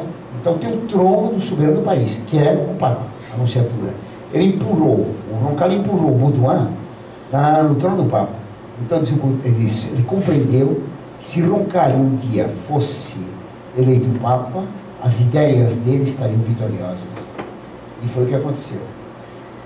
O Pio XII tinha feito, então, pequenas reformas litúrgicas, permitido isto e aquilo.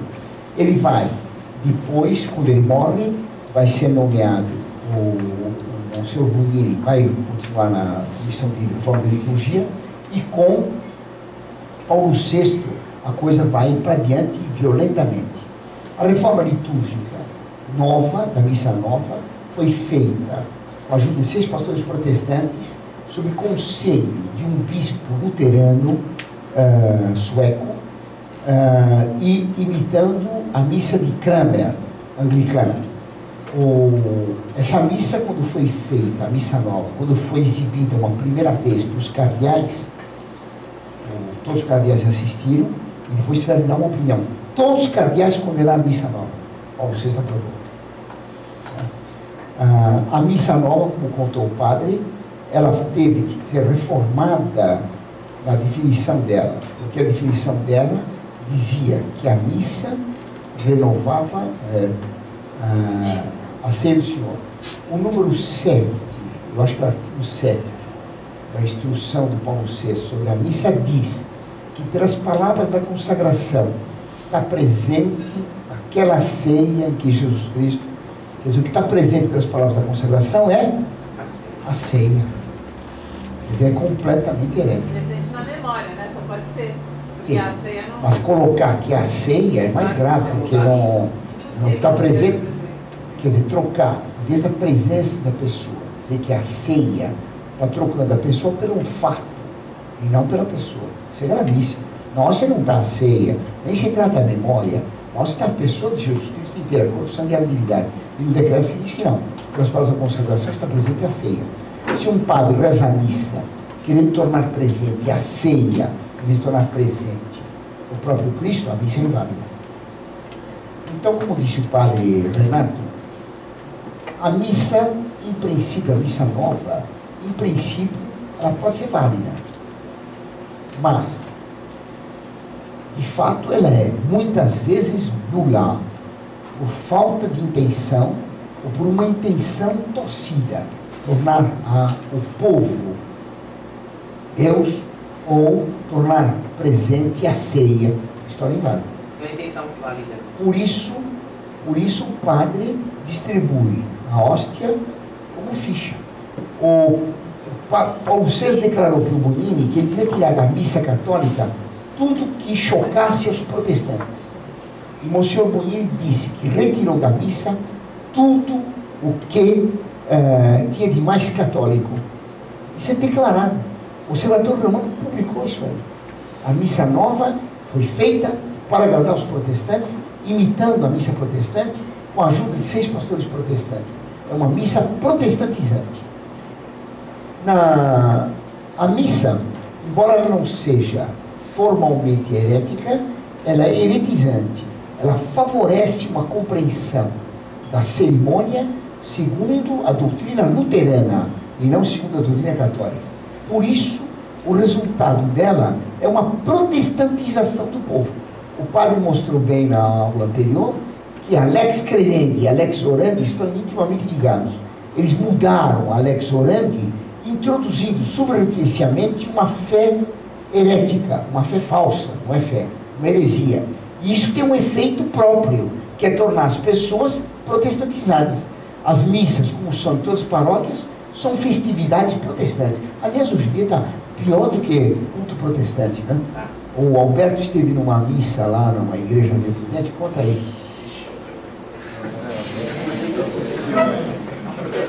Na verdade, eu nem sei se era missa. Ali na rua do Oratório, a São Carlos Borromeu, e eu fui lá à noite para tirar algumas fotos da igreja, estava junto dela Beck, e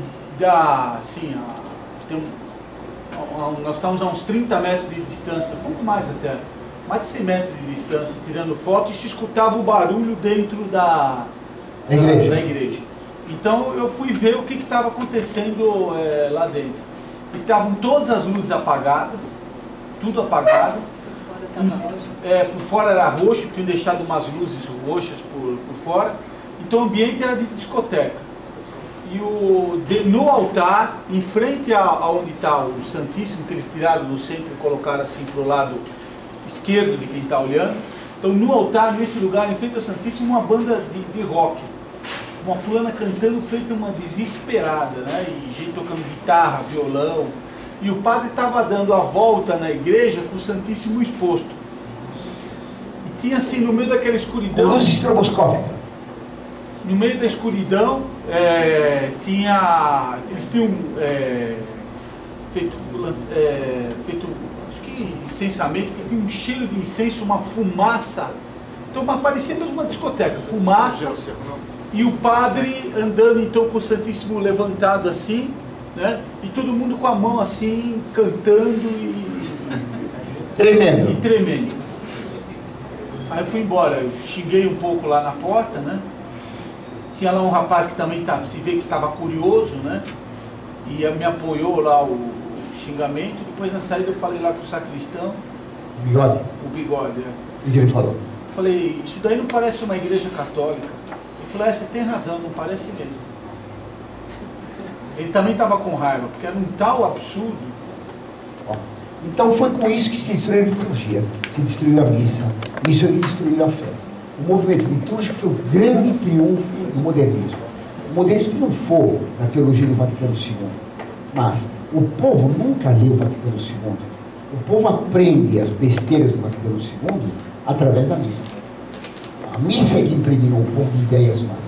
O curioso é que essa missa é tão ruim que ela produz com o tempo, isso ela infama, quer dizer, tão bagunçada que o povo acaba se cansando e chega. O pessoal vai embora e ela não capta ninguém. Ela causa um cansaço, porque emoção acaba esgotando. Só uma coisa não esgota, a verdade. A inteligência é assim como o olho quer ver cada vez mais, a inteligência não se cansa de compreender. E essa missa não é para compreensão, não é para fé, é simplesmente emoção. Muito bem. Terminei antes da hora, tá vendo? Alguém tem alguma pergunta? O birritualismo? Eu tinha tido uma ideia, mas eu não tenho certeza dessa hipótese. Eu perguntei para algumas pessoas, mas ninguém me deu o documento.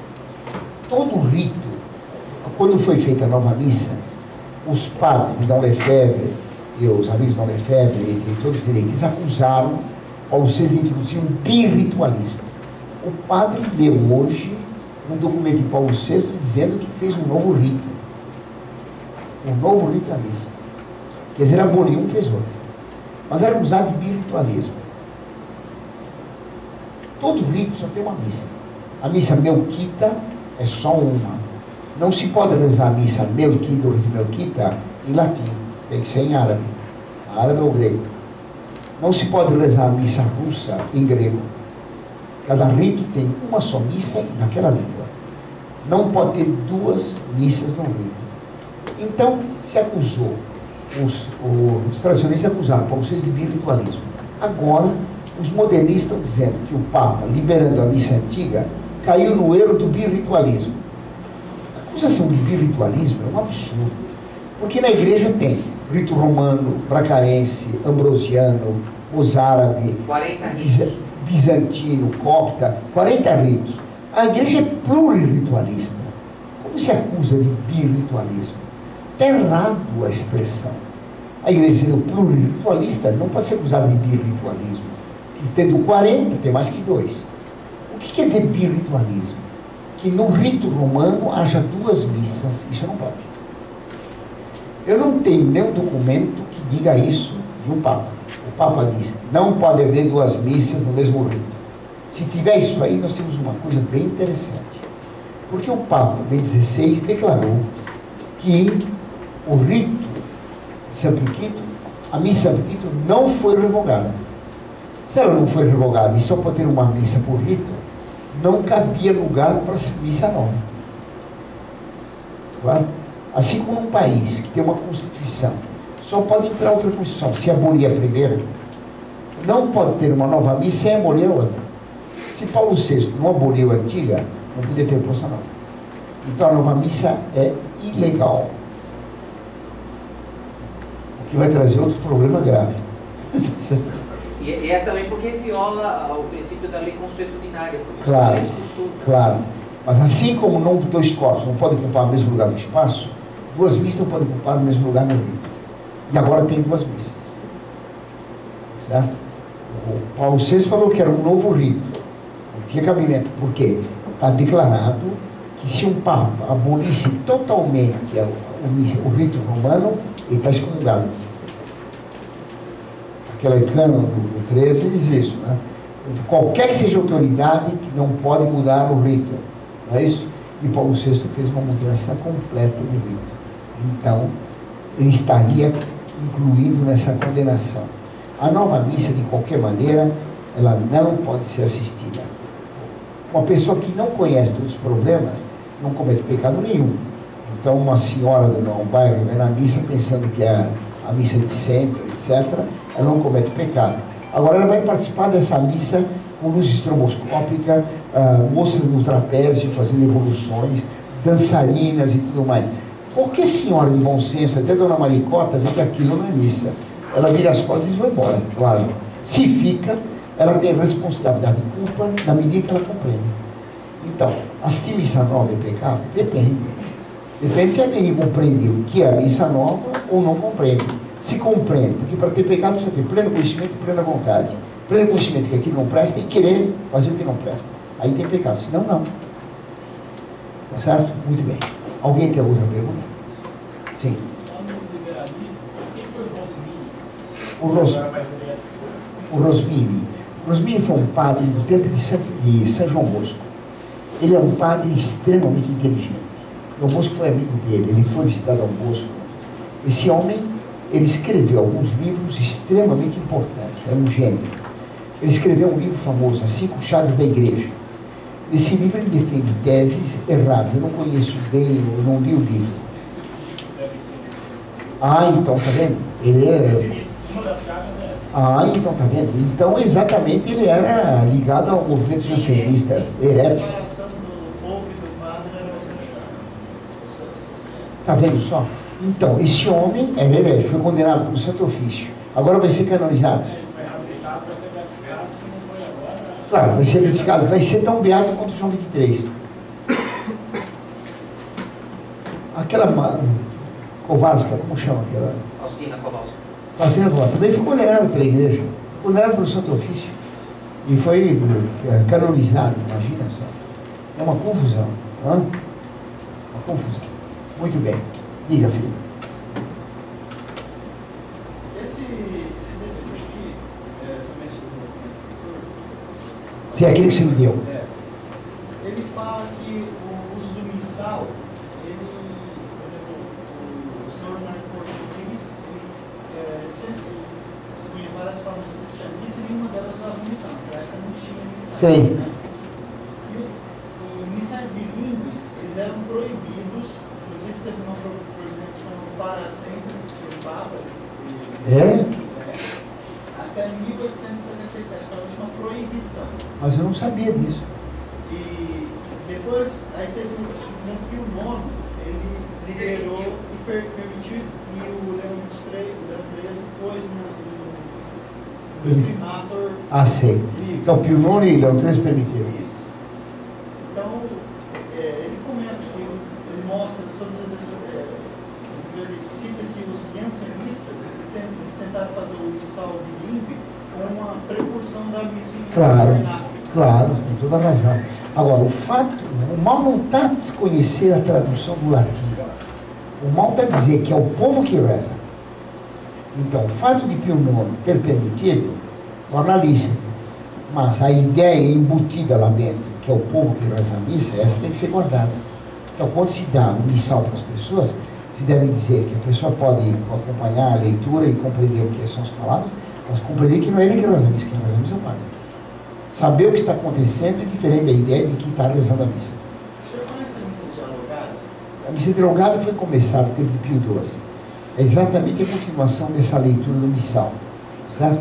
Então toda a missa tem que ser dialogada com o padre. A missa, de fato, é um diálogo. O padre diz, em primeiro lugar, o povo responde, dentro do minuto de merda. Claro? É que, na verdade, o que acontece aí é uma certa superposição de problemas. Uma coisa é que a missa, quando ela foi feita em forma de diálogo. Isso foi se perdendo com o tempo, devido a várias razões. Primeiro que esse diálogo era em latim, e para todo o povinho era muitas vezes difícil. Houve padres muito bons que faziam questão de ensinar o latim da missa para o seu povo. E aí o povo sabia responder. Em outros lugares, aqui no Brasil, por exemplo, havia muita ignorância. Eu tive lugares no interior que se assistia a missa tradicional, mas infelizmente, aquilo, a gente quase podia dizer que o povo não assistia a missa. Por quê? Porque ficava lá o padre celebrando sozinho e o povo cantando, rezando o terço. Eu me lembro até de um lugar em que ficava um monte de crianças sentadas de costas para a missa, no degrau do altar, olhando para a gente. Então, isso tudo deu uma confusão. Os modernistas, de fato, havia aquilo que o padre disse, as reformas sempre no sentido de restaurar. Certamente Pio IX, quando permitiu, por quê? Porque de fato era muito melhor que a missa seja feita dessa maneira lógica como ela é feita. Que o padre diz, dorme no bispo, veja o bispo com o Espírito bom. Que é para isso que aquilo foi feito. Para o padre falar. Então, Pio IX certamente permitiu, por causa disso, que era bom restaurar aquilo que tinha sido feito. É melhor do que o povo não está nem sabendo o que está acontecendo, que, portanto, se prepara muito menos bem para assistir a consagração e para receber essa comunhão. Agora, os modernistas aproveitavam isso, uma concessão legítima e boa, para ir acostumando o povo a ter, digamos, uma impressão de que estava celebrando o ensino e para ir trocando a doutrina. Então, a coisa em si, se a coisa não é ruim, é bom. Objetivamente é melhor do que, por exemplo, rezar rezando o terço. Agora, nem sempre o que é objetivamente melhor é objetivamente melhor para cada um. Por exemplo, a virgindade é objetivamente melhor para o casamento. Não quer dizer que todo mundo tem que ser religioso, que ninguém pode casar. O casamento, no seu caso, por exemplo, foi melhor para você do que a vida consagrada. Então, uma pessoa pode perfeitamente ser melhor dela, rezar o terço durante a missa, por exemplo. Objetivamente, é melhor acompanhar todo o rito. Mas esse DVD aí, eu também vi um outro DVD deles, eles são daquele pessoal meio... Sim, exagerado. Você veja, aí vou lhe falar de um lugar. Esse lugar é Campos. Eu assisti uma missa em Campos, assisti muito. Então, o povo estava rezando o terço. Aí, ao cima vai entrar um padre dentro da sacristia. O povo continua rezando o terço. O padre sobe ao altar, deixa o missal, o povo continua rezando o terço. Certo? Os coroinhas se ajoelham, o padre começa, o povo continua rezando o terço. Vai rezando o terço, o padre... Em vaza, todo mundo reza o terço, não se escuta o que o padre fala. Não se sabe o que o padre fala. Aí o padre troca o missal, vai lá, lê o evangelho, o pessoal rezando o terço. Depois, quando chega na consagração, para o terço. O padre faz a consagração, levanta todo mundo, adora a hóstia, etc., e recomeça o terço. certo? O padre chega na comunhão, distribui a comunhão, todo mundo reza o terço, depois que o padre termina a comunhão, ele purifica os vasos, ele termina a missa, todo mundo reza o terço, o padre sai, todo mundo reza o terço. Quer dizer, o padre entrou, saiu. Não tem cabimento. Ninguém ouvia isso. Era uma coisa. Quer dizer, não tem cabimento. No antigo, mas não tem cabimento, porque não se dá nem pelota do que o padre está fazendo. O povo não sabe o que está fazendo. Então, na A lei da TFT. crença, né, professor? Na TFT, pois não, filha. A lei da crença não. Mas quer dizer, qual é a crença que eles estão tendo? Pois é. Para que Na serve? TFT, por exemplo, a TFT sempre fez isso. O que era importante era Com comungar. esse mesmo espírito desse DVD. Não. Não vamos ceder nada para esse espírito novo de que tem que participar. Então, na TFT, Então, ficha que a missa não existe. a TFT era proibido acompanhar a missal. Diziam eles que Deus tinha permitido seguir a missa com missal, terço, meditando, o que for. Mas todo mundo tinha que rezar um terço. Não podia ler. O meu missal, no Cardemônio, estava lá em 1969, quando o Papa fez a missa nova, eu comprei a missal. Claro, para seguir a missa antiga e compreender melhor. Nunca na TFP deram uma aula em 30 anos sobre o que é a missa. Eu só vim saber o que era a missa quando o padre Caldeirão veio a São Paulo, faz poucos anos, né? 90, nós somos 17 anos. Inacreditável. Então, na TFP, o pessoal ficava na missa, o padre começava a missa, ficava todo mundo fora, não é, Alberto? Um ou outro ficava lá dentro. Todo mundo fora, batendo papo, trocando ideias, última novidade, etc. Quando tocava a campainha lá para a consagração, aí alguns entravam, ou então entravam na comunhão, comungar, fazia oração de ação de graças sozinho, saía o padre dizia, não tinha nada disso, não se assistia disso. Isso continuamente. O importante era só comungar, era status. Daí, uma vez um rapazinho não comungou, o coronel Poli soube que o rapaz não tinha comungado, era 11 da noite. Foi acordar o rapaz na cela, disse, você cachorro?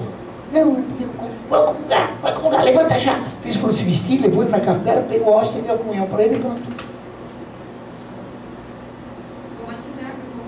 Tem, porque era uma participação, o importante é uma participação, uma comunhão mecânica. É um erro de liturgia enorme, um erro sacramental enorme. Então, não se assistia à missa, o tal de João Claro dispensava da missa de domingo o que ele queria, então foi lá, me dispensa da missa, então está dispensado. Ele dispensa da missa o que ele quer, não há obrigação dominical, não há nada. Quer dizer, para combater o liturgicismo, todo mundo rezando o terço o tempo inteiro. Não dando pelota.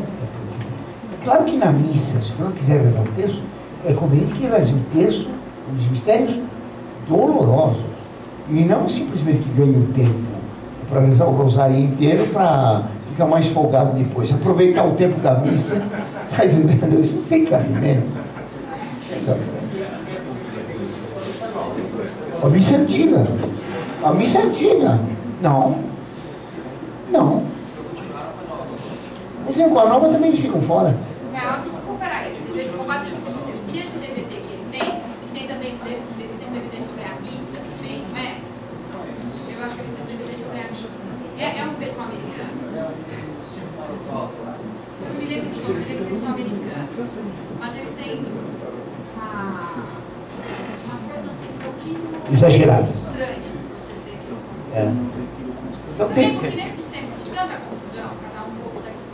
Claro, depois acontece o seguinte, todo erro, por um lado, para compensar se puxa às vezes por demais para o outro.